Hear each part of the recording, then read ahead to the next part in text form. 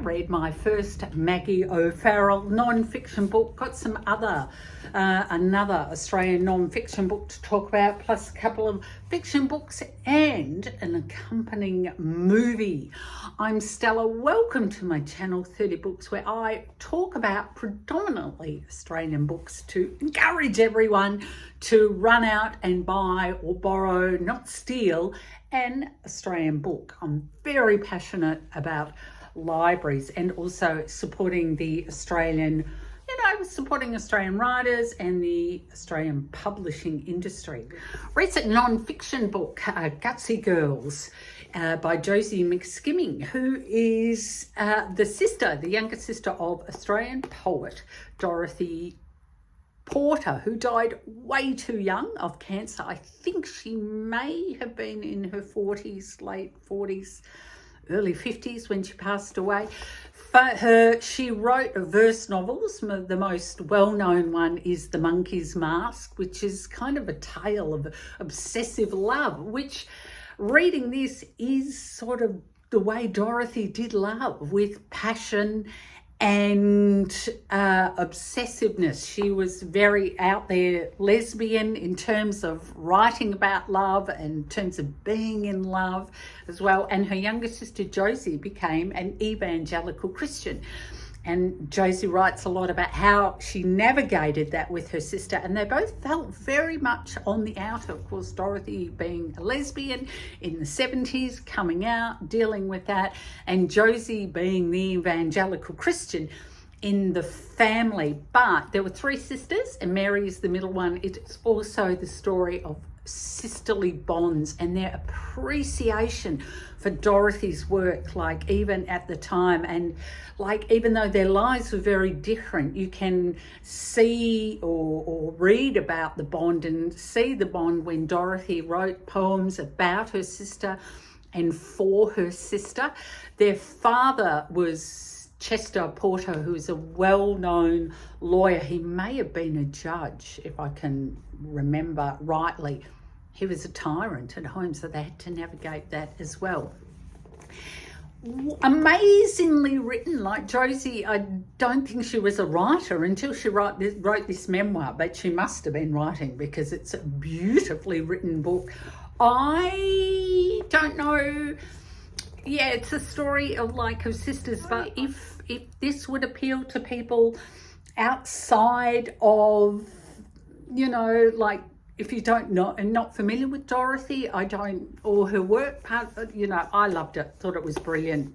Congratulations on a great non-fiction book. Now, I read my first Maggie O'Farrell, I know, and it wasn't Hamnet. Now, I know people rave about her work. It's called I Am, 17 Brushes with Death, which is, as the title suggests, it's about Maggie's 17 brushes with death. Now, the first story is absolutely amazing, and it's bookended by two other extraordinary stories. And the second last story, I'm not going to give it away, it ties it all in beautifully, because I read most of the book and then I skipped it and I went right to the last stories, which is absolutely heartbreaking. And I gave this a bit of a scathing review over on Instagram, and then a friend said, you need to read the second last story, and I did, and I realized how beautifully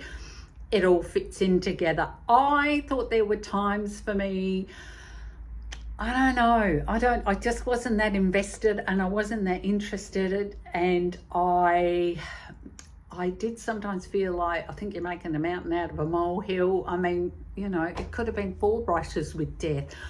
I just don't think it deserved an entire book, or if it did, there should have been other stories within that, or she could have explored people's brushes with death. And look, and I know it sounds strange to say it was too self-indulgent. It's a memoir after all, but the first story promised so much and it was so riveting. I just sort of lost interest a few times after that. And there's one where she's swimming in the Indian Ocean, and I don't know whether as an Australian we kind of think, well, it's actually not that far-fetched to say that you have an affinity with the ocean and that you find solace in the ocean, because when I read that, I find solace in the ocean, I thought, well, and, of course you do. It's odd. So that didn't it just felt superficial and it didn't really work for me. Other people in my book group absolutely loved it, and also they love Maggie O'Farrell. And to be fair, I am now going to go and read Hamnet by Maggie O'Farrell.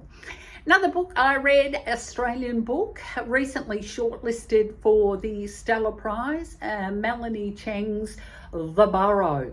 It's a novella and it is story of grief. It's 4 people in a family. There's a mother, the grandmother and the granddaughter, and there's a husband as well. And for Victorians, it's kind of just after the lockdown, where we're kind of, COVID's had its day, or it hasn't finished, but we went through some very harsh lockdowns here in Melbourne. And it's how, it's going to sound very strange, it's how a rabbit makes everybody, so a child has died, and that's already happened 3 years. I'm not giving any plot spoilers. A child has died 3 years previously, and everyone is affected. How the death has affected everyone. There's no clean, beautiful answer at the end. Now, I listened to this in audio, and I don't know whether it was the audio wasn't appropriate for the story. The audio for me was too preppy, too peppy, too sort of upbeat, too trite almost. Now, it isn't like a heavy, serious novel, but it is a serious book in a way, which isn't to say it's not without humour, but I don't think the audio worked for this, and as such, the book didn't work for me at all. So that's Melanie Cheng's, and also I find rabbits really weird. Now, one of my all-time favourite books is Cold Comfort Farm by Stella Gibbons, and I kind of this is one of these very, very rare books that has absolutely no pathos in it. Now, this was written in about 1932, and it is said to be like a parody of these sort of farming tragedy kind of rural dramas at the time that I'm not familiar with, so that could account for it. It is absolutely a comic novel, and there's some fabulous lines in here that I loved. So I thought I would watch this. Yes, I have a DVD, and yes, I have a DVD player, and I got this from my local library from 1995, and stars Kate Beckinsale as Flora Post, who's an orphan, stay with her family, the Starcatters, and so it's about organising absolutely everyone. There's a lot of top names on this, like the wonderful Joanna Lumley's in it, Stephen Fry's in it, Rufus Sewell's in it, Ian McCallum's in it. I think this absolutely well before he became Gandalf, that's for sure. I thought this was utterly charming.